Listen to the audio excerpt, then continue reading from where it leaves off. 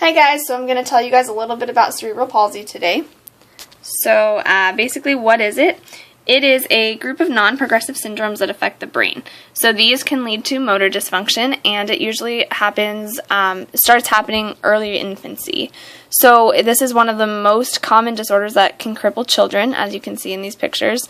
It affects about 764,000 children and adults in the United States so far, or as of now, and I believe, and then for every 1,000 live births, there are about 2 to 2.5 cases. So the causes of this could be prenatal or perinatal cerebral hypoxia, so decreased oxygen to your cerebral area of your brain, hemorrhage, so excessive bleeding. It could be caused by an infection, and it's often caused by a fixed lesion or a remote injury, so an injury in one place of your body. Classification, so basically determining what type of cerebral palsy you have can be determined based off of your neurological signs and your motor symptoms. So there's 3 major types. There's spastic, dystonic, and ataxic. And it can be a combination of these 3, so you could be presenting with various signs and symptoms. Different types of paralysis may also occur, such as dysplegia, hemiplegia, and tetraplegia. So dysplegia would be, as you can see here, it affects both of your legs, as you can see in the middle. As far as hemiplegia is concerned, it would be about half of your body, so one arm and one leg on one side of your body. And then tetraplegic would be, or also quadriplegic, where you have 4 different limbs being affected. So for spastic cerebral palsy, this is about 70 to 80% of all cases, and this is concerned with, there is usually an increased muscle tone, as well as persistent primitive reflexes and hyperactive deep tendon reflexes. So that would be when you hit your knee with a hammer and it extends, that would be your deep tendon reflexes, so you have more of those.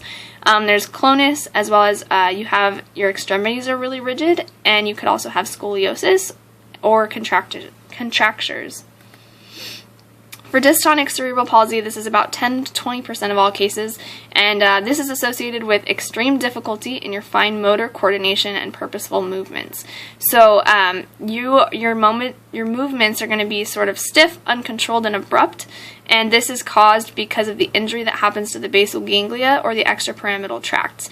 So there are, on other sites, they have kind of different ways of explaining the 3 different types of cerebral palsy, but from the book that I was using, this was the way that they explained it was dystonic. So if you want to see this picture, this might explain sort of a different way of looking at it, but there's more information out there to get. This is the information from the book. So ataxic cerebral palsy accounts for about 5 to 10% of all cases, and it's associated with disturbances in your gait, so the way you're walking, and instability. And there is hypotonia at birth, so there is also, however, by late infancy, you're experiencing trunk muscle stiffness. So I believe hypotonia is the decreased tone of your muscles, I believe. And so by late infancy, you experience trunk muscle stiffness, and then the persistence of that increased tone can then lead to that gait and equilibrium problems. So as you can see here, here's a child who is trying to walk with ataxia, and she has she's bent forward with her feet wide apart, and she takes irregular steps, kind of like she's sort of drunk or something. Over here you have another type of test for ataxia, so there's just some different ways to determine that.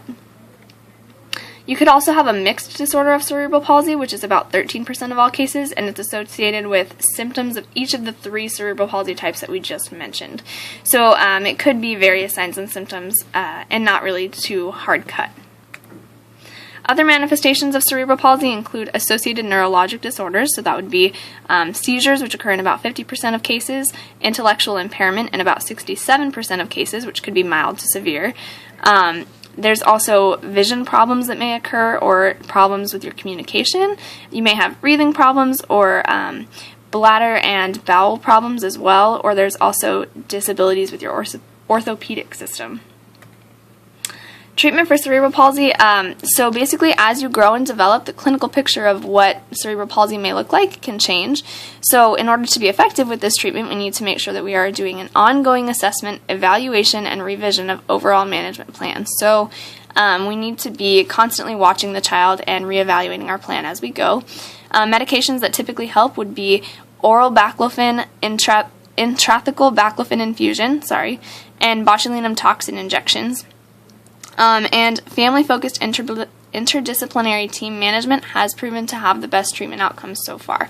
So there are different forms of treatment, and those are just my references, so I hope you learned a little bit more about cerebral palsy. Thank you.